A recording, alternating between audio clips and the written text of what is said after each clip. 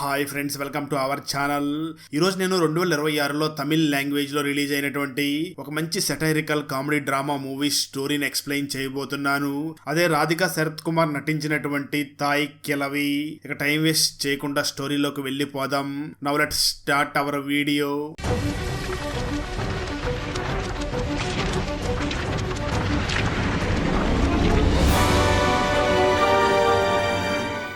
Video start చేసే ముందు మన ఛానల్లో లాస్ట్ వీడియోకి వచ్చిన బెస్ట్ కామెంట్ ఏమిటో చూద్దాం. అండ్ ఈ కామెంట్ నేను పర్సనల్గా సెలెక్ట్ చేసింది అయితే కాదు, సాఫ్ట్వేర్ ఆటోమేటిక్గా ఈ వీడియోని లైక్ చేసి కామెంట్ చేసిన బెస్ట్ కామెంట్ని ర్యాండమ్గా సెలెక్ట్ చేస్తుంది. So keep commenting. నెక్స్ట్ మీ కామెంటే సెలెక్ట్ అయ్యే ఛాన్స్ ఉంది. And thanks for commenting. Now let's start our video. చూస్తే మూవీ స్టార్టింగ్ సీన్లోనే మదురై ప్రాంతంలో ఉన్నటువంటి ఒక అందమైన గ్రామాన్ని చూపించగా, ఆ గ్రామంలో పొన్నమ్మ అనే ఒక ముసలావిడ ఉంటుంది. తనకి దాదాపు 90 సంవత్సరాలు ఉండి ఉంటాయి. తను మాత్రం గ్రామంలో ఉన్న చాలా మందికి వడ్డీకి డబ్బులు ఇచ్చి ప్రతిరోజు ఉదయం నిద్ర లేవగానే తను ఎవరికైతే అప్పిచ్చిందో వాళ్ళ ఇంటికి వెళ్ళి వాళ్ళ దగ్గర వడ్డీ వసూలు చేస్తూ ఉంటుంది. దాంతో తను ఎప్పుడు బజార్లోకి వచ్చినా సరే అక్కడ ఉన్నటువంటి ఒక బాబు మాత్రం పొన్నమ్మ వడ్డీ వసూలు చేయడానికి వస్తుంది అంటూ గట్టిగా అరుస్తూ ఉంటాడు. దాంతో గ్రామంలో ఉన్న వాళ్ళందరూ కూడా వెళ్ళి దాక్కుంటూ ఉంటారు. ఈ పొన్నమ్మ మాత్రం తనకు వడ్డీ ఇవ్వకుండా ఎవరైనా ఎగ్గొట్టాలని చూసినా, ఇవ్వకుండా లేట్ చేస్తున్నా సరే తన దగ్గర ఉన్న గొడుగుతో వాళ్ళని చాలా తీవ్రంగా కొడుతుంది. ఆ విధంగా ఈ రోజు పొన్నమ్మ తన ఇంట్లో నుంచి రోడ్డెక్కి వస్తూ ఉండగా తనకి తాగుబోతు ఎదురవుతాడు. ఈ తాగుబోతు కూడా పొన్నమ్మ దగ్గర చాలా డబ్బులు తీసుకుని వడ్డీ కట్టకుండా ఉండి ఉంటాడు. దాంతో పొన్నమ్మ తాగుబోతుని చాలా తీవ్రంగా కొడుతూ, రేపటిలోగా నా వడ్డీ డబ్బులు తిరిగి ఇవ్వాలి, లేదంటే నిన్ను వేడి వేడి నీటిలో ముంచి మరీ చంపుతాను అని వార్నింగ్ ఇస్తూ ఉంటుంది. దాంతో ఆ తాగుబోతు వెంటనే ఆ తాగిన మైకంలోనే పోతురాజు దగ్గరికి వెళ్లి మాట్లాడుతూ, అయ్యా పోతురాజు గారు, నీకు నిజంగానే శక్తులు ఉంటే రేపటికల్లా ఆ పొన్నమ్మని చంపేయి. ఆ పొన్నమ్మ చచ్చిపోతేనే ఈ గ్రామంలో అందరూ కూడా చాలా ప్రశాంతంగా ఉంటారు. ఆ పొన్నమ్మ ఏమీ కుర్ర పిల్ల కాదు కదా, 90 ఏళ్ళు వచ్చేసాయి, ఇక భూమి మీద ఉండి తను ఏం చేస్తుంది, వెంటనే తనని ఇక్కడి నుంచి తీసుకుని వెళ్ళిపో అని పోతురాజు దగ్గర ప్రార్థిస్తూ ఉంటాడు. మరోపక్క గ్రామంలో ఉన్న అందరూ కూడా ఇదే విధంగా దేవుడికి దండం పెట్టుకుంటూ ఆ పొన్నమ్మ చనిపోతే తనకి ఇవ్వాల్సినటువంటి డబ్బులు ఇవ్వకుండా మాఫీ అయిపోతాయి అనుకుంటూ ఉంటారు. ఈ పొన్నమ్మకి 3 కొడుకులు, ఒక కుమార్తె ఉంటుంది. ఆ కుమార్తె ప్రస్తుతం తన దగ్గరే జీవిస్తూ ఉంటుంది. ఆమె పేరు సులోచన. ఆమెకు ఒక కొడుకుంటాడు, తన పేరు రాజీవ్ గాంధీ. వీళ్ళిద్దరూ కూడా పొన్నమ్మతో పాటు కలిసి అక్కడే జీవిస్తూ ఉంటారు. ఎందుకంటే 4 సంవత్సరాల క్రితం ఈ సులోచన భర్త గొడవ పడి అక్కడే వదిలేసి వెళ్లిపోయి ఉంటాడు. దానికి కారణం ఏమిటి అంటే, పెళ్ళప్పుడు 3 సవర్లు బంగారం ఇస్తామని చెప్పి ఉంటారు, కానీ ఆ బంగారం ఇవ్వలేదు అని కోపంతో గొడవ పడి తన భార్యను అక్కడే వదిలేసి ఈ సులోచన హస్బెండ్ అక్కడి నుంచి వెళ్లిపోయి ఉంటాడు. మరి ఈ పొన్నమ్మకి 3 కొడుకులు ఉన్నారని చెప్పుకున్నాం కదా, వాళ్ళు కూడా పొన్నమ్మతో గొడవ పడి వేరే ఊరికి వెళ్లి అక్కడ జీవిస్తూ ఉంటారు. వాళ్ళు ఎందుకు గొడవ పడి ఉంటారు అంటే, వాళ్ళ నాన్న చనిపోయిన తర్వాత ఆస్తి పంచాలి అని కోరి ఉంటారు. అయితే పొన్నమ్మ మాత్రం వాళ్ళ కొడుకుల్ని చూసి, నేను ఆస్తిని పంచే ప్రసక్తే లేదు, ఎందుకంటే ఈ ఆస్తి మొత్తం నేనే సంపాదించాను, నేను బ్రతికి ఉన్నంత వరకు ఈ ఆస్తికి నేనే యజమానురాలిని, కాబట్టి ఈ ఆస్తిని ఇప్పుడే ఎవరికి పంచను అని చెప్పేసి ఉంటుంది. దాంతో కొడుకులందరూ కూడా తనతో గొడవపడి అక్కడి నుంచి వెళ్లిపోయి ఉంటారు. ఈ పొన్నమ్మ గ్రామంలోనే కాదు, ఇంట్లో కూడా ఒక డాన్ లాగా వ్యవహరిస్తూ ఉండడంతో సులోచన కొడుకైనటువంటి రాజీవ్ గాంధీ ఇద్దరు కూడా తనను చూసి భయపడుతూ ఉంటారు. కట్ చేస్తే ఒక రోజు మార్నింగ్ పొన్నమ్మ ఎప్పుడు 5 గంటలకు లేచే పొన్నమ్మ 7 గంటలైనా నిద్ర నుంచి లేవకపోవడంతో రాజీవ్ గాంధీ వెంటనే పొన్నమ్మ రూమ్ లోకి వెళ్లి గట్టిగా అమ్మ అని పిలుస్తాడు. దాంతో సులోచన వెంటనే తన అమ్మ గదిలోకి వెళ్లి తను చాలా గట్టిగా అరుస్తూ బయటకు వచ్చి అందరినీ కూడా పిలుస్తూ ఉంటుంది. అది గమనించినటువంటి చుట్టుపక్కల వాళ్ళందరూ కూడా ఆ పొన్నమ్మ ఇంటి దగ్గరికి వెళ్లి చాలా ఆనందపడుతూ, పొన్నమ్మ మంచం మీద పడిపోయి ఉంది, తన కాళ్ళు చేతులు పడిపోయాయి, నోరు కూడా రావడం లేదు అని చాలా ఆనందపడుతూ ఉంటారు. ఒకరైతే డైరెక్ట్ మైక్ లో అనౌన్స్ చేస్తూ, పొన్నమ్మ మరి కొద్ది క్షణాల్లో చనిపోయేలాగా ఉంది అని అనౌన్స్ చేస్తూ ఉంటాడు. దాంతో గ్రామంలో ఉన్న వాళ్ళందరూ కూడా ఇంకా మనం అప్పు తీర్చాల్సిన అవసరం లేదు అని చాలా నవ్వుకుంటూ ఉంటారు. ఆ సమయంలో నిన్న పోతురాజుకి మొక్కినటువంటి ఆ తాగుబోతు మాత్రం, పోతురాజు గారు మీరు నిజంగానే ఉన్నారు, నా కోరికని ఇంత త్వరగా తీర్చేస్తున్నారా అంటూ చాలా ఆనందపడుతూ ఉంటాడు. అలా గ్రామంలో ఉన్న వాళ్ళందరూ కూడా పొన్నమ్మ ఇంటి దగ్గరకు వచ్చి జాలి పడాల్సింది పోయి పొన్నమ్మ చనిపోతుంది అని అందరూ కూడా ఆనందపడుతూ ఉంటారు. కట్ చేస్తే ఇక్కడే మనకు ఆ గ్రామంలో ఉన్నటువంటి 45 సంవత్సరాలు దాటినటువంటి పెళ్లి కాని మురుగేష్ అనే ఒక వ్యక్తిని చూపించడం జరుగుతుంది. అతను ఆ గ్రామంలో చాలా నిజాయితీ పరుడుగా జీవిస్తూ ఉంటాడు. ఇప్పటికే తనకి పెళ్లి కాకుండా ఉండడంతో తను వెంటనే పెళ్లిళ్ళ బ్రోకర్ దగ్గరికి వెళ్లి మాట్లాడుతూ, నాకు ఎలాగో అలా పెళ్లి చెయ్యి అని అంటూ ఉంటాడు. ఆ బ్రోకర్ వెంటనే మురుగేష్ ని చూసి మాట్లాడుతూ, నీకు ఇంకా పెళ్లి కాలేదు, కానీ పక్క గ్రామంలో 2 విడాకులు తీసుకున్నటువంటి ఒక మహిళ ఉంది, కానీ ఆమెనిచ్చి నీకు పెళ్లి చేయాలంటే ఒక కండిషన్ ఉంది. అదేమిటి అంటే, నువ్వు ఆమెకి పెళ్లికి ముందే 12 సవర్ల బంగారం ఇచ్చి తనని పెళ్లి పెళ్లి చేసుకోవాలి అని అంటాడు. దానికి మురుగేష్ కూడా ఒప్పుకొని సరే నేను అలాగే 12 సవర్ల బంగారం ఇస్తాను, మీరు ఏర్పాట్లన్నీ చూసుకోండి అని తను వెంటనే ఆ బంగారం కొనడం కోసం ఆ పొన్నమ్మ దగ్గరికి బయలుదేరి రాగా పొన్నమ్మ ఇంటి దగ్గర అందరూ కూడా హడావిడిగా ఉంటారు.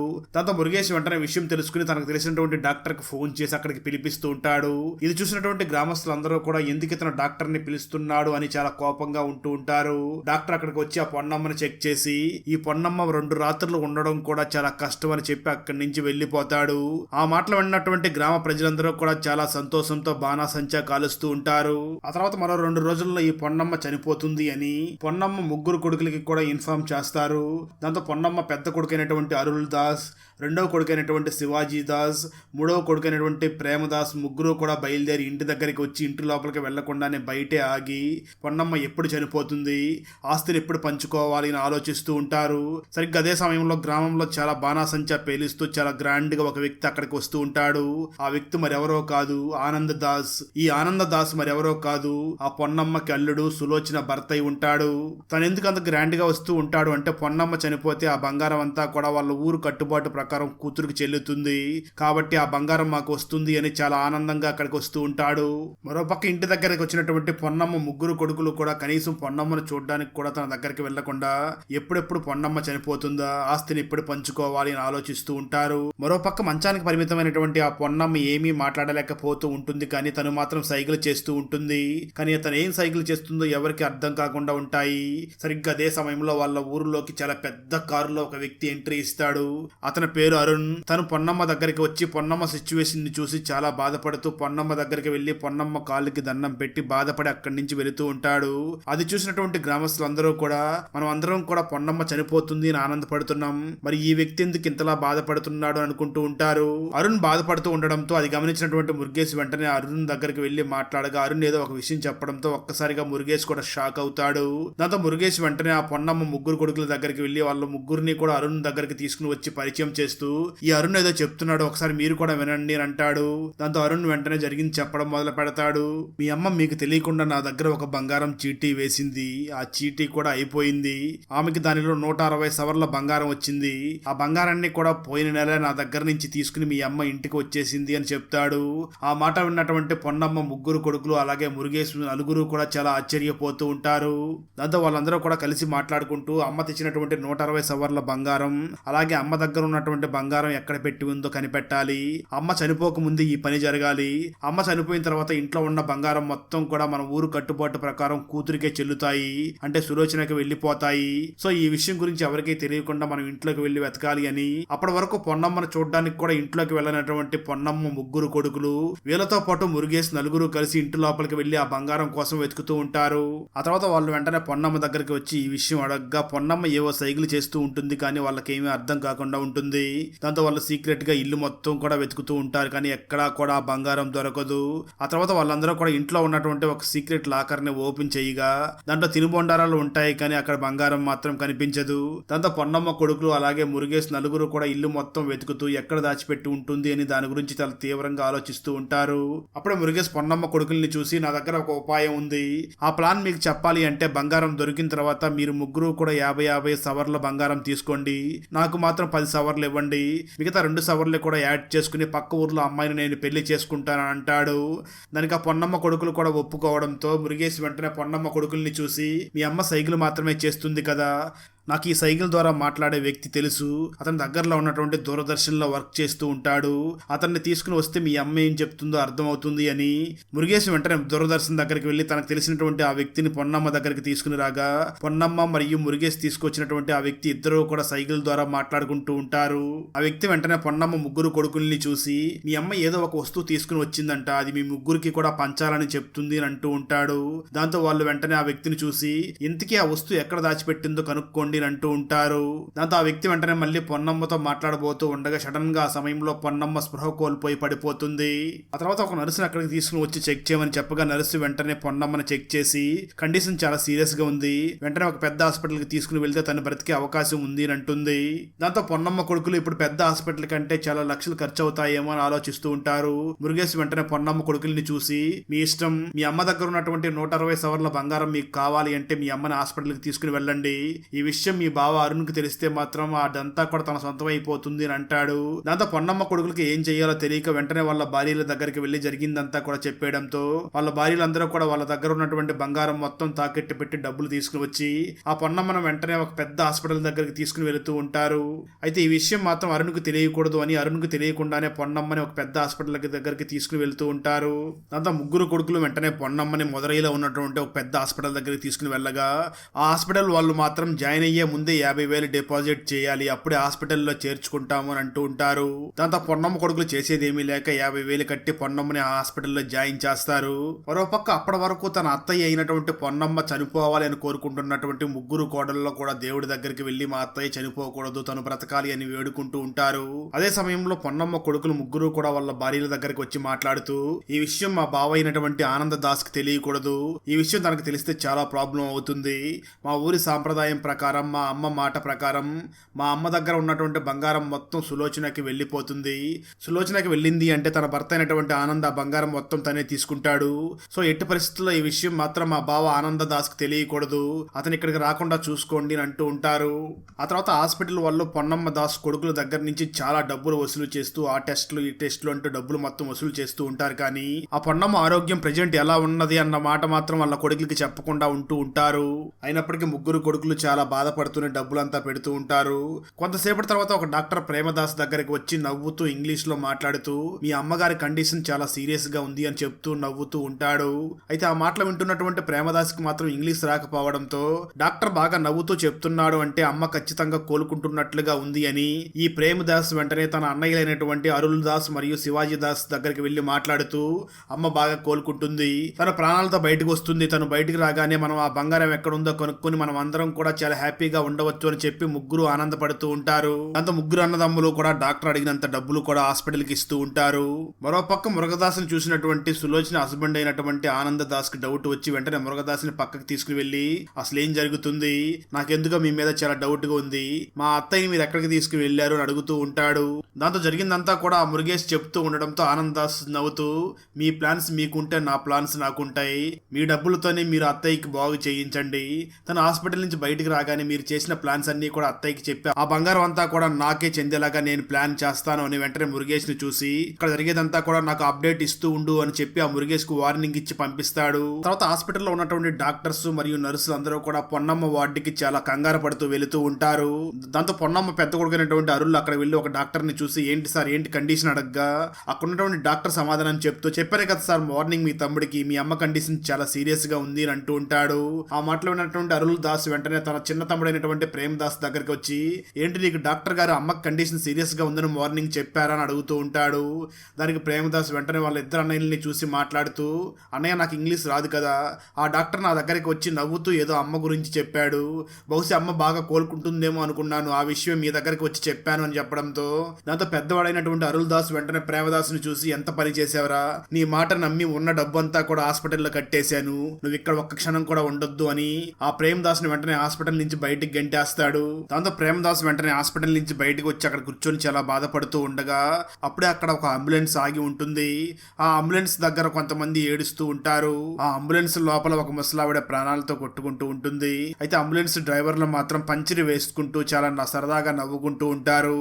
అది చూసినటువంటి ప్రేమదాస్ వెంటనే అక్కడ ఏడుస్తున్నటువంటి వాళ్ళ దగ్గరికి వెళ్లి ఎందుకు ఏడుస్తున్నారు అని అడుగుతూ ఉండగా వాళ్ళు మాత్రం ప్రేమదాస్ ని చూసి మా అమ్మ పరిస్థితి ఏం బాగోలేదు, ఈ అంబులెన్స్ డ్రైవర్స్ మాత్రం మేము చెప్పిన మాట వినడం లేదు అని అంటూ ఉంటారు. దాంతో ప్రేమదాస్ వెంటనే అంబులెన్స్ డ్రైవర్స్ దగ్గరికి వెళ్లి వాళ్ళు చెప్పినట్లుగా చేస్తారా లేదంటే పోలీసు కంప్లైంట్ ఇవ్వమంటారా అని అడుగుతూ ఉంటాడు. దాంతో వాళ్ళు వెంటనే ప్రేమదాస్ ని చూసి మీకు వాళ్ళు చెప్పినట్లుగా చేయాలి అంతే కదా అండి వెంటనే అంబులెన్స్ లోపలికి వెళ్లి ఆ అంబులెన్స్ లోపల ఉన్నటువంటి ముసలావిడికి పెట్టి ఉన్నటువంటి ఆక్సిజన్ సిలిండర్ ని తీసేస్తాడు. దాంతో ఆ ప్రేమదాస్ కళ్ళ ముందరే ఆ పెద్ద ఆవిడ అక్కడ చనిపోతుంది. దాంతో ప్రేమదాస్ వెంటనే అంబులెన్స్ డ్రైవర్ల దగ్గరికి వచ్చి మాట్లాడుతూ ఇంతకీ వాళ్ళు మీకు ఏం చెప్పారు అని అడుగుతూ ఉంటాడు. దానికి అంబులెన్స్ డ్రైవర్ ప్రేమదాస్ ని చూసి మాట్లాడుతూ సార్ వీళ్ళు వాళ్ళ అమ్మని హాస్పిటల్ కి తీసుకుని వచ్చారు, డాక్టర్ల టెస్ట్ చేసి ఈ పరిస్థితి చాలా కష్టంగా ఉంది, ఇంటికి తీసుకుని వెళ్ళిపోండి అని చెప్పారు. దాంతో నేను ఇంటికి తీసుకుని వెళుతూ ఉండగా వీళ్ళు మాత్రం నా దగ్గరికి వచ్చి వీళ్ళకి వాళ్ళ అమ్మని ఇంటికి తీసుకుని వెళ్ళడం కూడా ఇష్టం లేదు, అందుకే నా దగ్గరికి వచ్చి ఇక్కడే ఆక్సిజన్ సిలిండర్ ని తీసిమని చెప్పారు, అందుకే వాళ్ళు చెప్పినట్లుగానే నేను చేశాను, వీళ్ళు వాళ్ళ కన్న తల్లిని కూడా ఇంటికి తీసుకుని వెళ్ళడం కూడా వీళ్ళకి ఇష్టం లేదు, ఈ హాస్పిటల్లో రోజు ఇలాంటివి జరుగుతూనే ఉంటాయి అని చెప్పి తను వెంటనే వెళ్లి టైర్ ని రిపేర్ చేసుకుంటూ ఉంటాడు. అది మొత్తం ఉన్నటువంటి ప్రేమదాస్ కూడా చాలా ఎమోషనల్ అవుతూ అయిపోతూ ఇప్పుడు మేము కూడా మా అమ్మని ఇలాగే చంపాలనుకుంటున్నాం కదా అంటూ చాలా ఎమోషనల్ అయ్యి బాధపడుతూ ఉంటాడు. బాగా ఎమోషనల్ అయినటువంటి ప్రేమదాస్ అదే ఎమోషనల్ లో హాస్పిటల్ లోపలికి వెళ్ళగా అక్కడ వాళ్ళ అన్నయ్యలు ఇద్దరు కూడా డాక్టర్స్ తో గొడవ పడుతూ ఇంకా మేము బిల్లు కట్టలేం, మా అమ్మని మాకు ఇచ్చేయండి, ఇంటికి తీసుకుని వెళ్ళిపోతాము అని అంటూ ఉంటారు. దాంతో డాక్టర్స్ వెంటనే అక్కడ ఉన్నటువంటి నర్సును చూసి డిశ్చార్జ్ చేయడానికి ఫార్మాలిటీస్ అన్నిటిని కూడా ఫినిష్ చేసి వాళ్ళతో వాళ్ళ అమ్మని ఇచ్చి పంపించేయండి అని అంటూ ఉంటాడు. అలా అక్కడ డిశ్చార్జ్ చేయడానికి ఫార్మాలిటీస్ ని రెడీ చేస్తూ ఉండగా మరో పక్క రూమ్ లో ఉన్నటువంటి పొన్నమ్మ ఒక్కసారిగా కోలుకుంటూ తన పల్స్ రేట్ కూడా మెరుగవుతూ ఉంటుంది. దాంతో డాక్టర్ పరిగెట్టుకుంటూ వెళ్లి పొన్నమ్మని చెక్ చేసి వెంటనే పొన్నమ్మ కొడుకుల్ని పిలిచి పొద్దున మీ అమ్మ ఆరోగ్యం చాలా దారుణంగా ఉంది, ఇప్పుడు బాగా కోలుకుంది, మీ అమ్మకి ఒక చిన్న ఆపరేషన్ చేస్తే అంతా బాగుంటుంది, ఆ ఆపరేషన్ చేయడానికి 4 లక్షలు ఖర్చు అవుతుంది అని చెప్తూ ఉంటాడు. అయితే ఆ మాటలో ఉన్నటువంటి పొన్నమ్మ కొడుకులు మాత్రం ఇంకా మేము 1 రూపాయి కూడా ఖర్చు పెట్టాం, మా అమ్మను మాతో పంపించేయండి అని అంటూ ఉంటారు. సరిగ్గా అదే సమయంలో అక్కడ వచ్చినటువంటి పొన్నమ్మ చిన్న కొడుకైనటువంటి ప్రేమదాస్ వాళ్ళ అన్నయ్యని చూసి మాట్లాడుతూ, అన్న 4 లక్షలే కదా, మనం ఎక్కడో ఒక చోట అప్పు చేసి తీసుకుని వద్దాం, అమ్మ దగ్గర 160 సవర్ల బంగారం ఉంది కదా, అమ్మ బతికితే ఆ బంగారాన్ని అమ్మైనా మనం అప్పు తీర్చేయవచ్చు అని అంటూ ఉంటాడు. సరిగ్గా అదే సమయంలో మురుగదాస్ అక్కడికి 4 లక్షలు తీసుకురావడంతో ఆ డబ్బులతో ఆ పొన్నమ్మకి ఆపరేషన్ చేయిస్తారు. వాళ్ళ అమ్మ కోలుకోగానే కొడుకులందరూ కూడా పొన్నమ్మ దగ్గరికి వెళ్ళి మాట్లాడుతూ, నువ్వు ఏదో సైకిల్ చేసావు కదా, దాని అర్థం ఏమిటి అని అడుగుతూ ఉంటారు.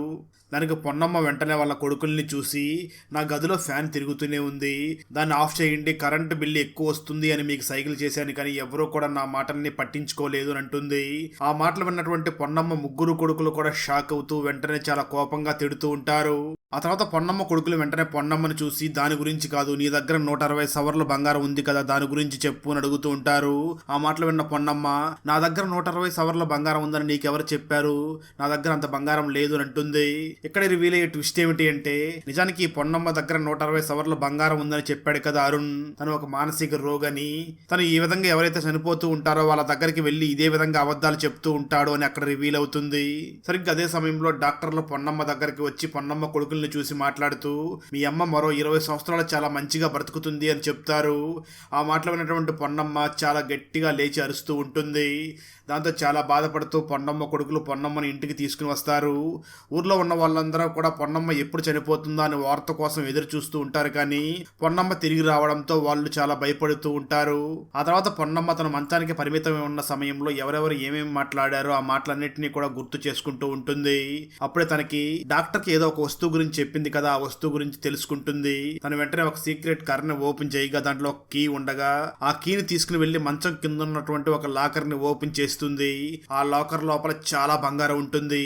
ఆ తర్వాత పొన్నమ్మ వెంటనే ఇంట్లో ఉన్నటువంటి మగవాళ్ళందరినీ కూడా బయటికి పంపించి కోడళ్ళు మరియు కూతురిని మాత్రమే లోపలికి పిలిచి, జీవితంలో మీరు ఎప్పుడూ కూడా పూర్తిగా మగవాళ్ళ మీద ఆధారపడకండి, నేను కూడా నా జీవితంలో ఎప్పుడూ కూడా నా భర్త మీద అంతగా ఆధారపడలేదు, అందుకే మీరు కూడా మీ భర్తల మీద ఎక్కువ ఆధారపడకండి, మీకంటూ మీరు ఏదో ఒకటి సాధించాలి, ఆ విధంగా నేను చాలా కష్టపడి 300 సవర్ల బంగారాన్ని సంపాదించాను అని తన కోడలను చూసినటువంటి ఈ పొన్నమ్మ మాట్లాడుతూ, ఈ బంగారం మొత్తం 4 భాగాలు చేయండి, 3 భాగాలు కూడా 3 కొడుకులు తీసుకుండి, 1 భాగం మాత్రం నా కూతురికి ఇవ్వండి అని అంటుంది.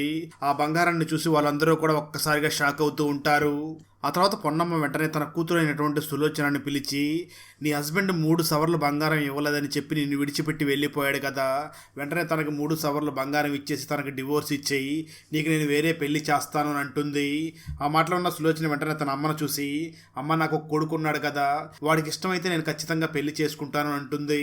దాంతో పొన్నమ్మ వెంటనే ఆ సులోచన కొడుకైనటువంటి రాజీవ్ గాంధీని పిలిచి, నేను మీ అమ్మకి వేరే పెళ్లి చేయాలనుకుంటున్నాను, నీకు ఇష్టమేనా అడుగుతుంది. దానికి రాజీవ్ గాంధీ సరే అలాగే చెయ్యండి అని అంటాడు. ఆ తర్వాత పొన్నమ్మ తన 3 కొడుకుల్ని పిలిచి తన కూతురు సులోచన పెళ్లిని చాలా గ్రాండ్ గా చేయిస్తూ ఉంటుంది. అక్కడ పెళ్లి కొడుకు మరెవరో కాదు, వాళ్ళ ఊర్లో 45 సంవత్సరాలు వచ్చినా ఇంకా పెళ్లి చేసుకోకుండా ఉన్నాడు కదా మురుగేష్, ఆ మురుగేష్ కి సులోచన ఇచ్చి పెళ్లి చేస్తుంది. అక్కడతో ఈ సినిమా అయిపోతుంది. ప్రణవ్ తన వైఫ్ గౌరీని ఎలా మోసం చేశాడు, లేక ఆనంద్ ప్రేమని ఎందుకు రిజెక్ట్ చేసింది, తానియా దినేష్ మరియు కార్తిక్లకి వేరువేరుగా నేను నిన్నే ప్రేమిస్తున్నాను అని ఎందుకు అబద్ధం చెప్పింది, లేక ఎవరి వల్ల మోసపోయింది, ప్రణవ్ను మోసం చేసి వీడియోని లీక్ చేసింది ఎవరు, ప్రణవ్ తనను మోసం చేసిన వ్యక్తికి ఏ విధంగా బుద్ధి చెప్పాడు, చివరికి ఎవరి ప్రేమ సక్సెస్ అయ్యింది అన్నదే 2025లో రిలీజ్ అయినటువంటి మస్తీస్ మూవీ స్టోరీ. ఈ మూవీ ఫుల్ మూవీ స్టోరీని తెలుగులో వినాలి అనుకుంటే ఈ వీడియో డిస్క్రిప్షన్ లో ఉన్న లింక్ ని క్లిక్ చేసి చూడండి. Thanks for watching friends. Video నచ్చినట్లయితే లైక్ చేసి ఒక చిన్న కామెంట్ చేస్తే మాకు నెక్స్ట్ వీడియో చేయడానికి ఎంకరేజింగ్ గా ఉంటుంది. అలాగే ఛానల్ ని సబ్స్క్రైబ్ చేసి పక్కనే ఉన్న బెల్ ఐకాన్ ని క్లిక్ చేసి సపోర్ట్ చేయండి. Thanks for watching. జై హింద్.